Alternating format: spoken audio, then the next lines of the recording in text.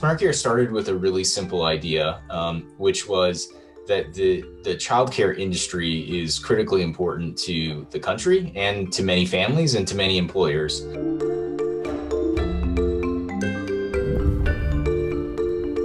Welcome to UpTech Report. This is our Founders Journey series. UpTech Report is sponsored by TerraLeap. Learn how to leverage the power of video at terraleap.io. Today, I'm joined by my guest, James Armijo, who's based in Salt Lake City. He is the founder of Smartcare, formerly Smartcare, which was acquired by Vanco and now Senior Vice President of Vanco Childcare. James, I'm excited to have you on today. Thanks so much for joining us. Thanks very much for having me.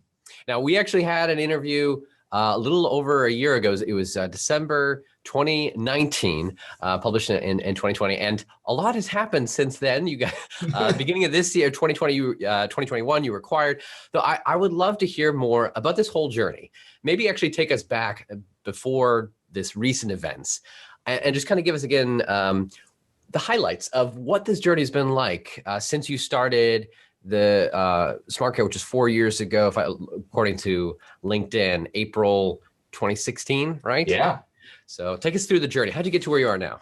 Yeah, absolutely. You know, it's almost funny thinking back to December 2019. That was it was a different world. It was certainly the calm before the storm, and it feels like in many ways a different world. But yeah, let's walk through the story of Smartcare. So Smartcare started with a really simple idea, which was that the childcare industry is critically important to the country and to many families and to many employers.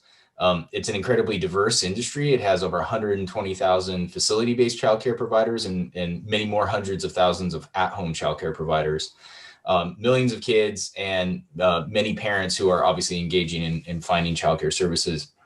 And at the time, there really wasn't a unifying technology solution that could help bring the various stakeholders in childcare together. So the caregivers, the parents, in many cases, government agencies or employers that are providing some level of subsidy or reimbursement, and then of course, kids and safety and regulatory agencies. And you knew this from your prior positions as well, just like healthcare overall?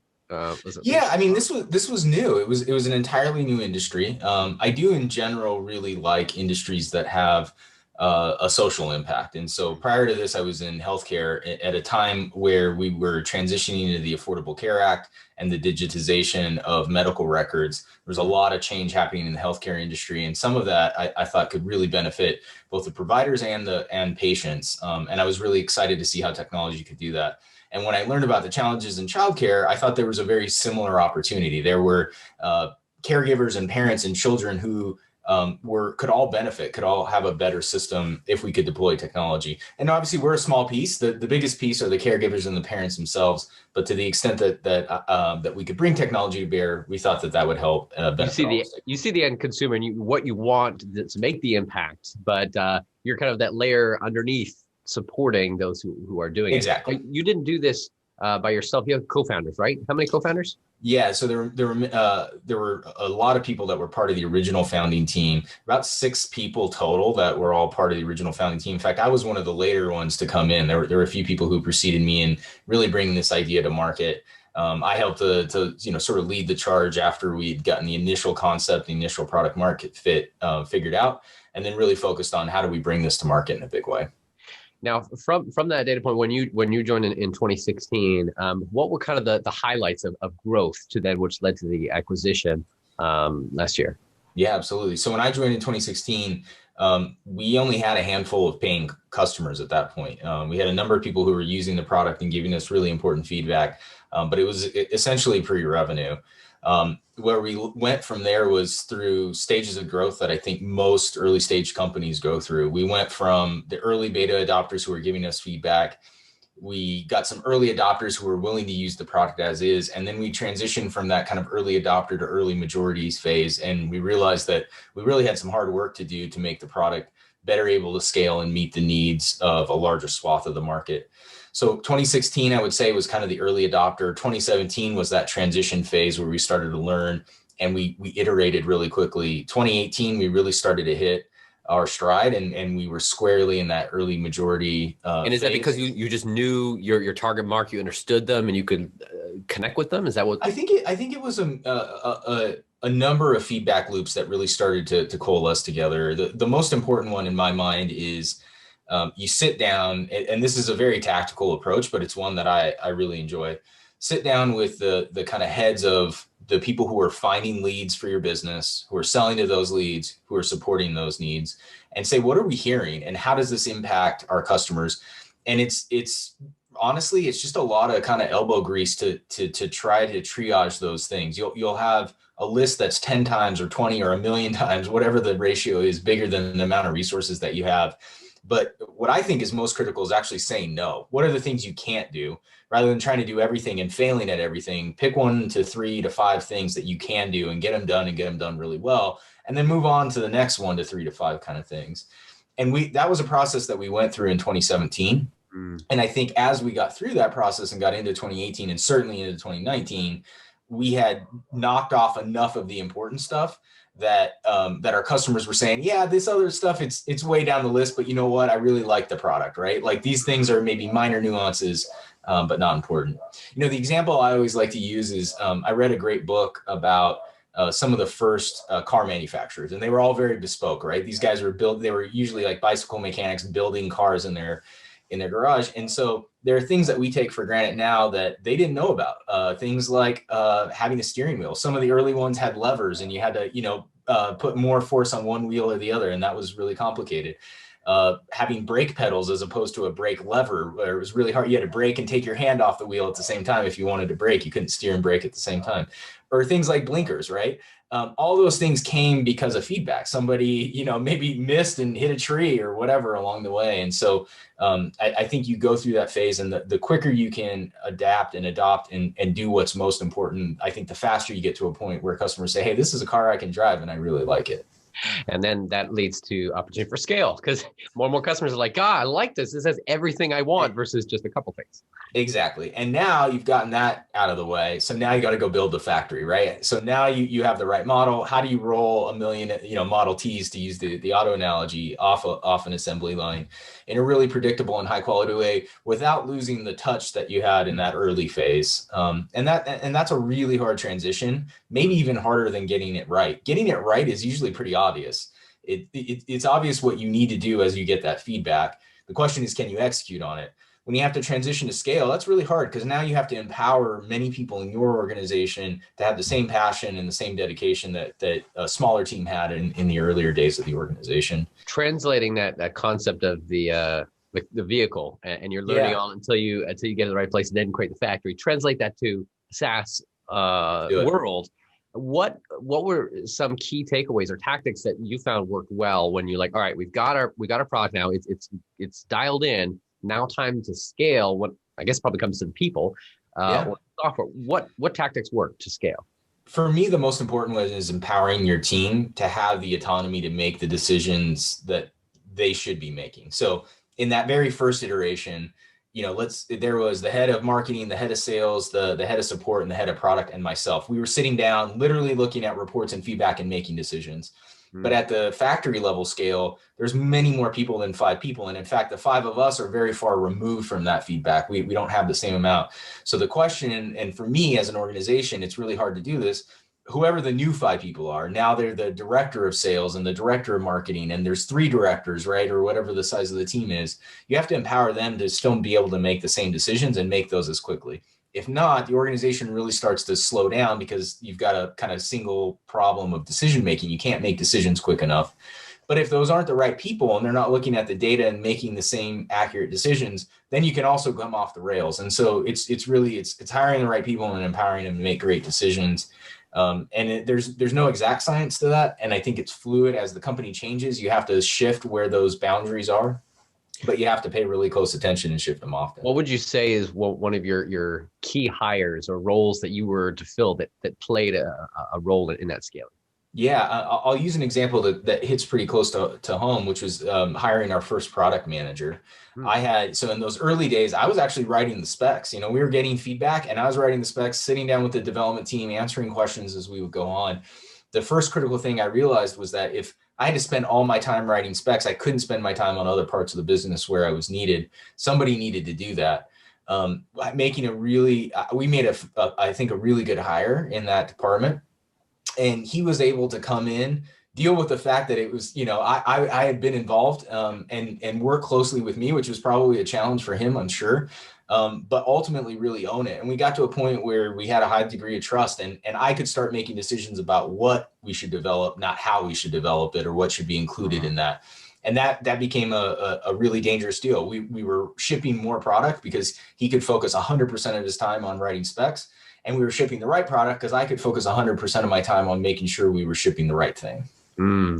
When you were making that hire, what were some of the qualities just when you were hiring, like, what were you looking for beyond the resume?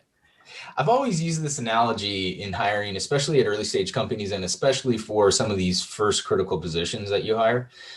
But sometimes I feel like being in a startup is like showing up at the gym and not knowing what sport you're going to play.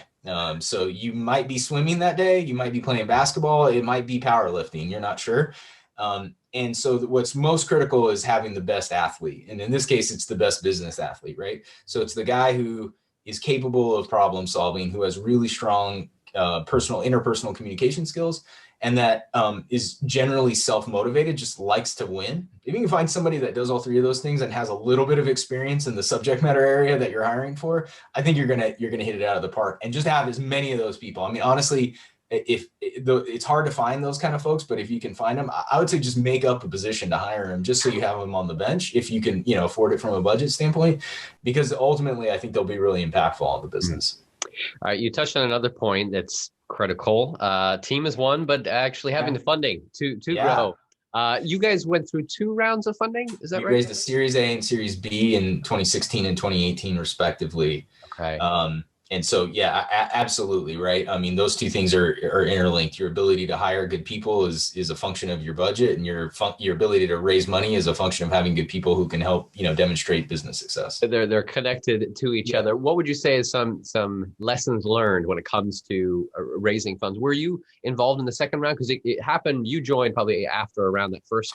I actually joined in conjunction with raising the first round. That was the catalyst. I had been involved on a part-time consulting basis with the business from its inception, but hadn't joined really full-time until we brought on the first round of capital, and then certainly led the second round of capital raising as well.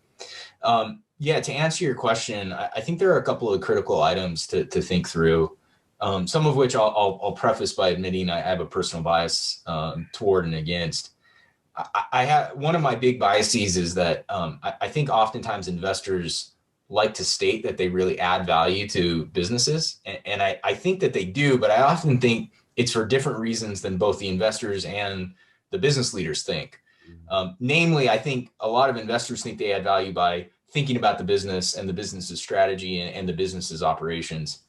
And the fact of the matter is, especially in early stage companies, it's pretty rare to have an unclear strategic problem. Generally speaking, like in our mind, it was very simple. We needed to bring technology to childcare, and there was a big long list of features we needed to deliver, but there wasn't a huge strategic question there. And the actual execution is also sort of way down from the strategic level. Oftentimes it's hiring the right person, it's settling disputes between people, it's dealing with administrative overhead kind of stuff, but it's not particularly strategic.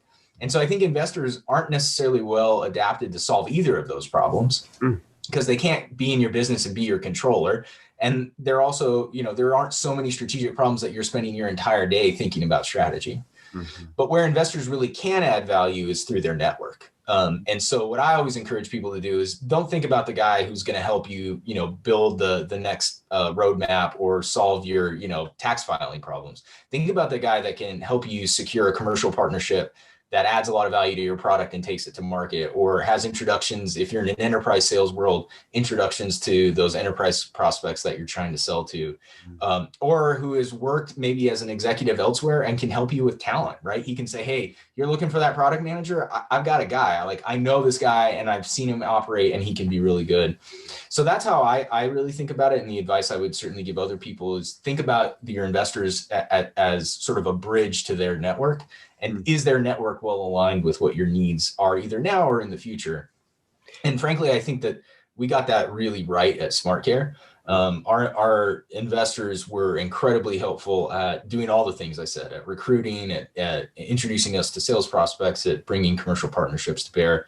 And then, obviously having the dollars to hire the right people and execute against those opportunities made a big deal as well. Connectors, that is the biggest value aside from the money that one could Sure. bring. That's powerful to hear for sure.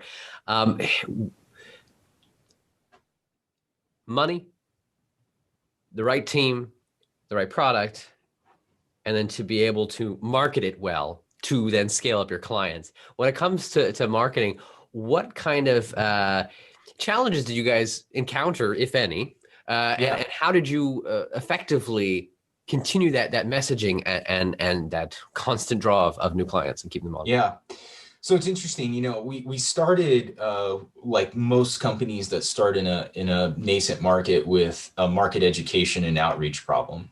We had a very diverse market, 120,000 prospective customers and that's a subset of all the prospective daycare customers. We were trying to even narrow it down even more.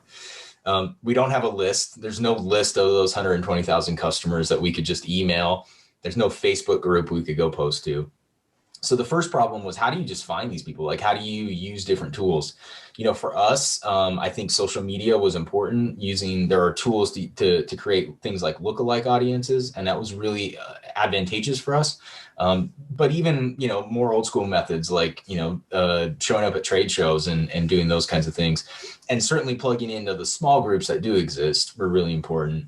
But then it was really about education. Why was it that you, a childcare provider, needed software? What was the value to you? And so we had to spend a lot of time just educating the market about why you needed software in the first place.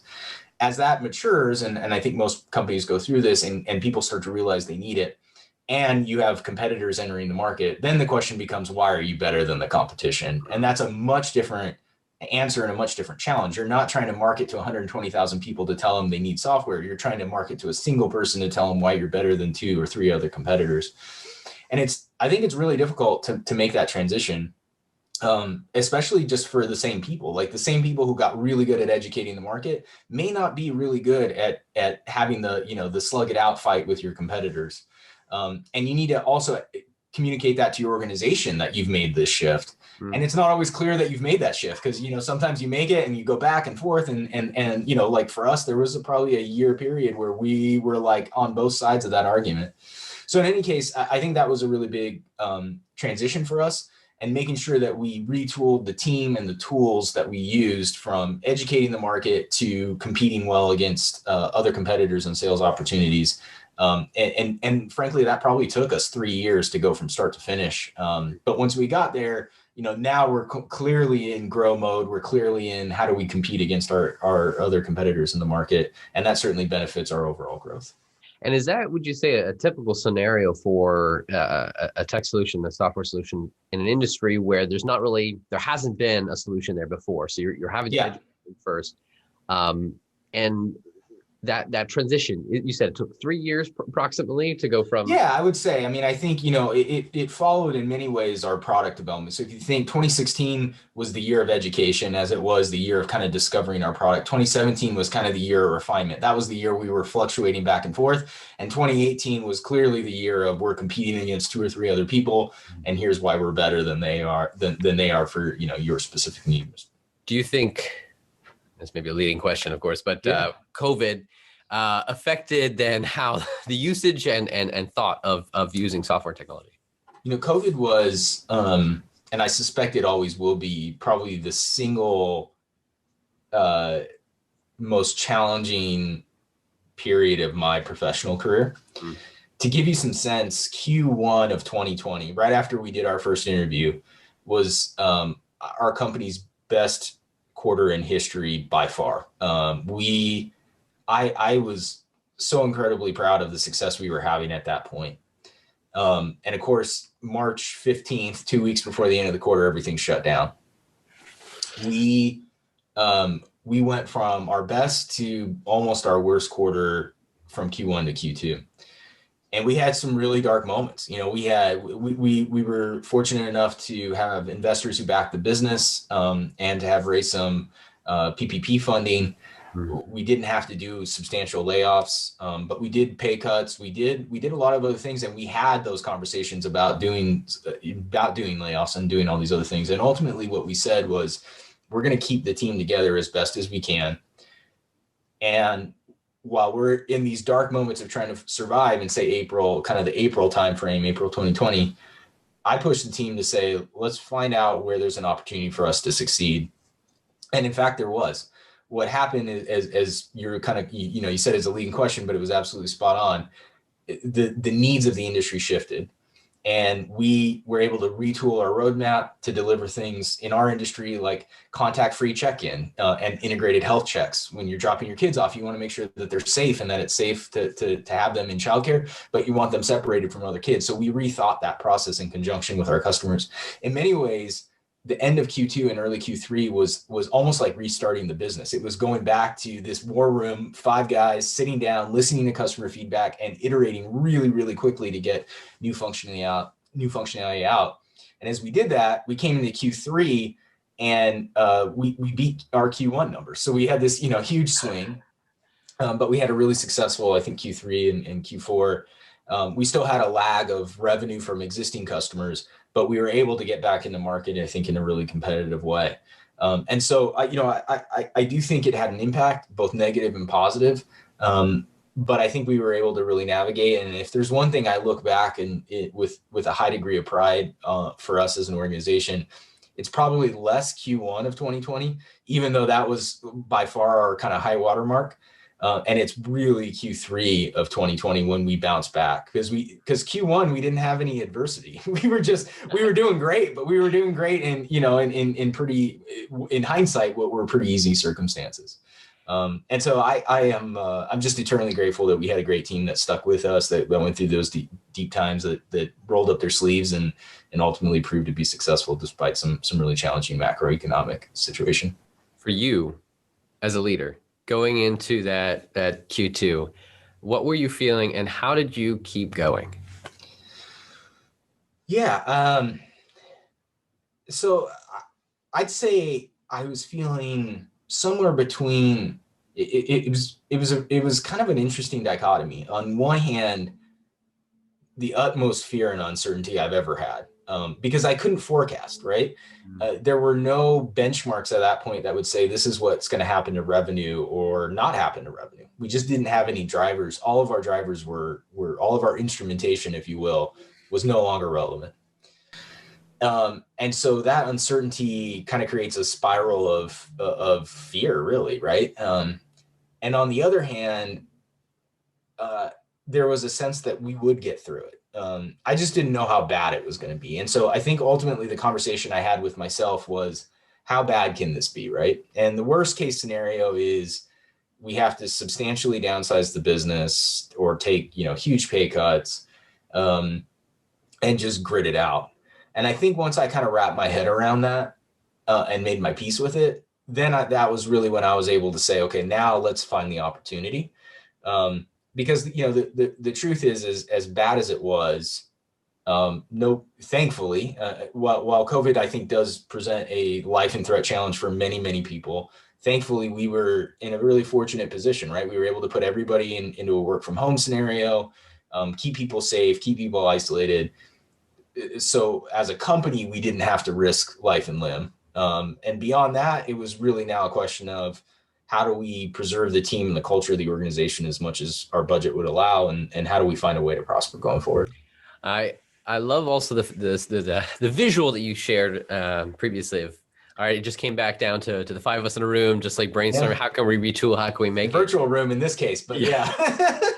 Good old Zoom or something, and you make it happen. Did you already have just that consistent connection with your customers that you were able to do that? Like, how are you able to find out the right data points so you were building the right tool? Yeah, we were lucky that from the earliest days, we've built workflows into place to try to capture that feedback. So we benefited, particularly in COVID, from the fact that all of our sales, well, not all, but the vast majority of our sales were already being done remote, as was support. So there wasn't really a change in workflow in how we were engaging with our customers.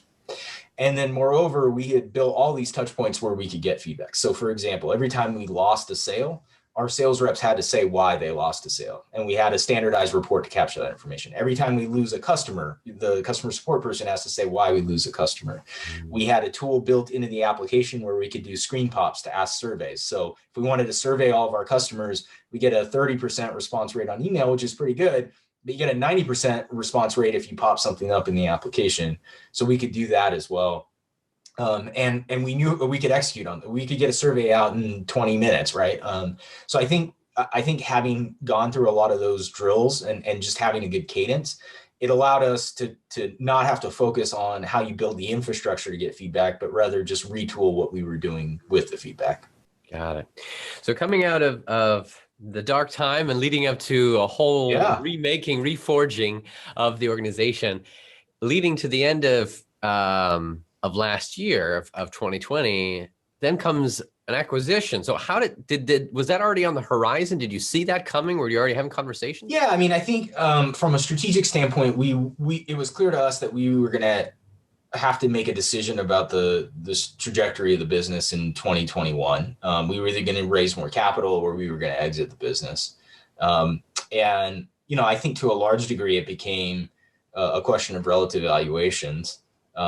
There for us, and I think this is true about the market in general, but certainly in our case, the valuation that strategic acquirers placed on the business was probably it was higher than the pre-money valuations we were likely to raise more capital at. And so, on a dollars and cents basis, that benefited our existing investors tremendously. And I think it was it was the right decision to make as a good fiduciary steward of invested capital. Leading it through a transition, you're in the midst of it, so there's only so much you can speak to that. But if you had to share just so far lessons learned to other founders who are either looking at or planning towards something similar, what would you share? So while this is my first exit I've led as a CEO, I've been part of 2 other venture funded tech companies, and in that 15-ish years of time, I've always heard this argument that says we're building a great company and we're not thinking about an exit. And it implied in that statement is that building a great company and planning an exit are mutually exclusive. And I don't think that that's true. I think that building a great company actually has to include exit planning. And to not do so, I think, is actually doing a disservice to all of your stakeholders. And I'll come back to that in a second. But my point there is we were thinking about our exit and we were building a great company. And those 2 things fed one another. And I'm really glad that we did that, because when the exit came, it came hot and heavy. There was a substantial amount of competition for the business that led to a very quick close. And had we not been prepared, had we not thought through some of these things before, I think we could have ended up making a deal that didn't benefit everybody as much as it did. So that's kind of my first thing I would say.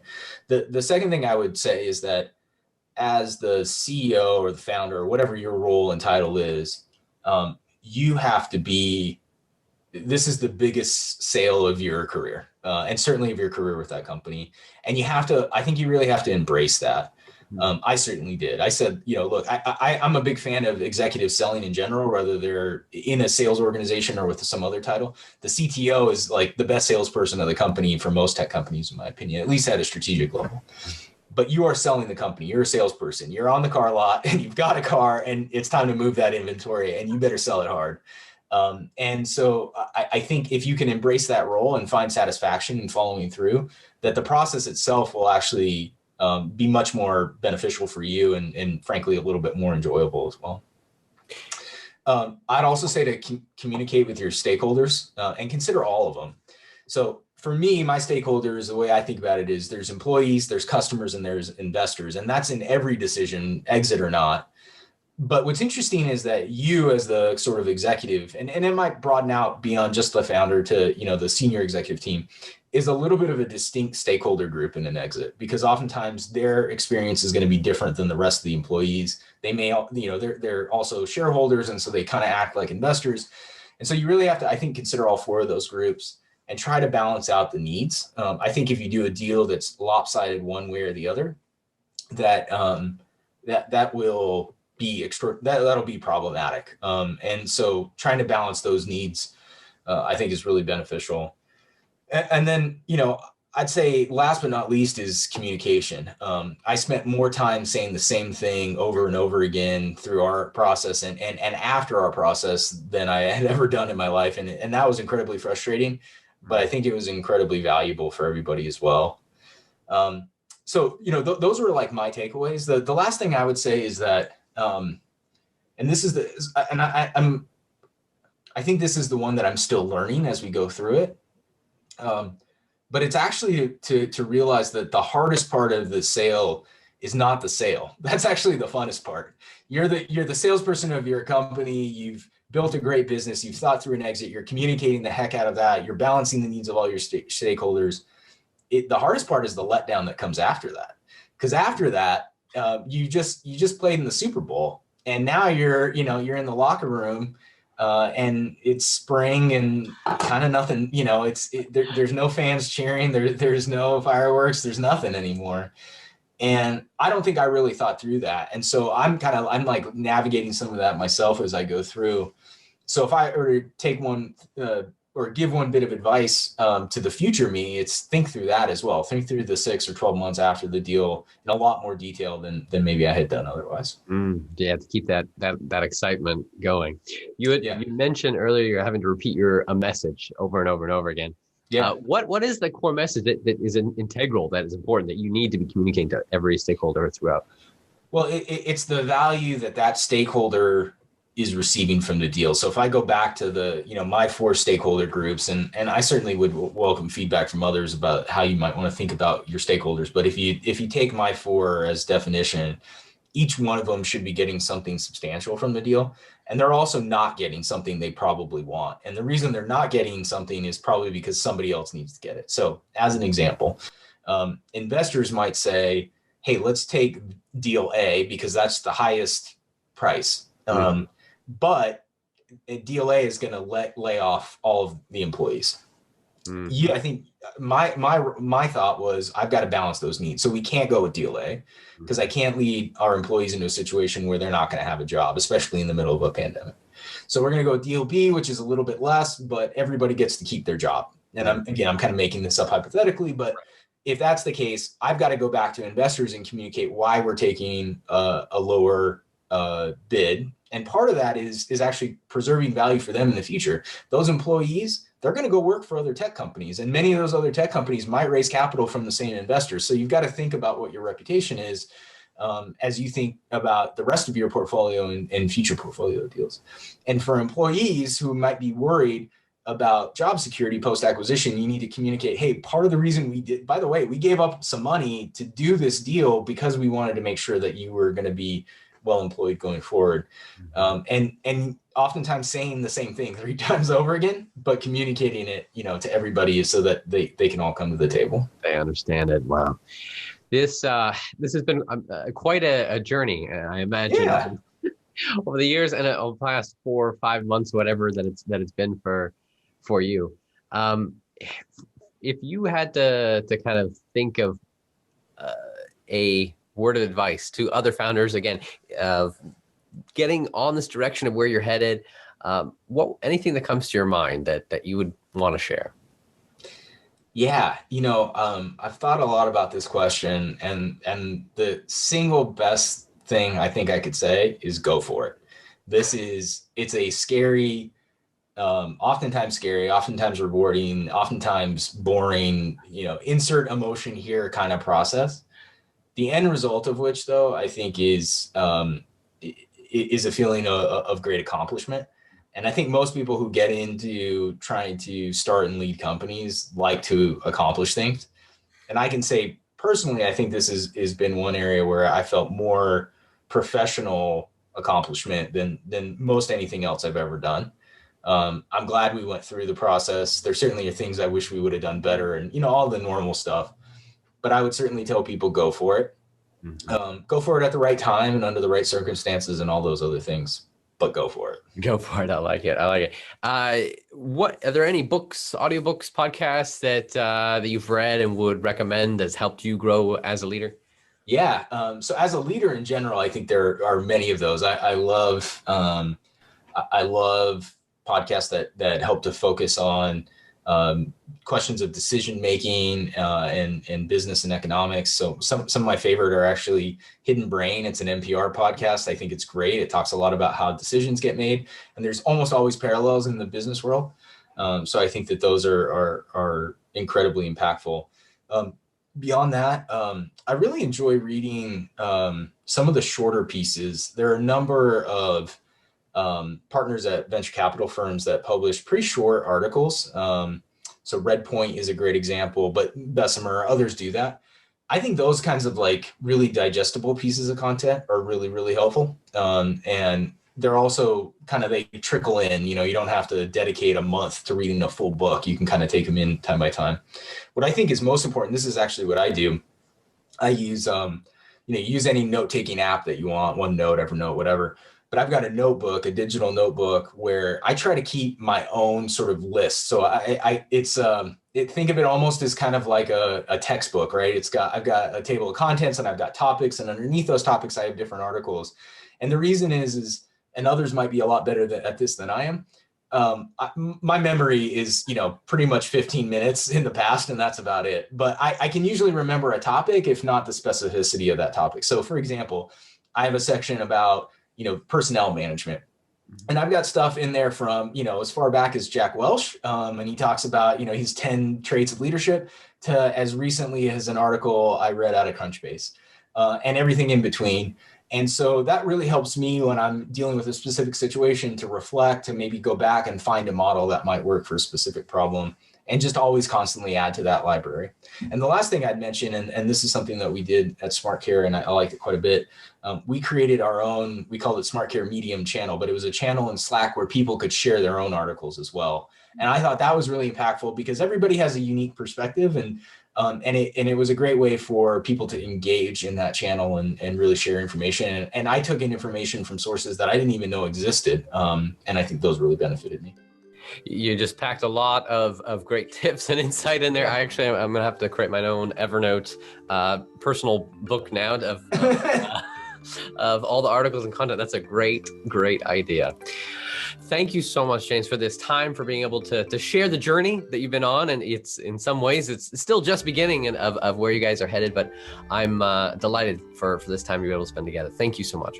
Have you seen a company using AI, machine learning, or other technology to transform the way we live, work, and do business? Go to uptechreport.com and let us know.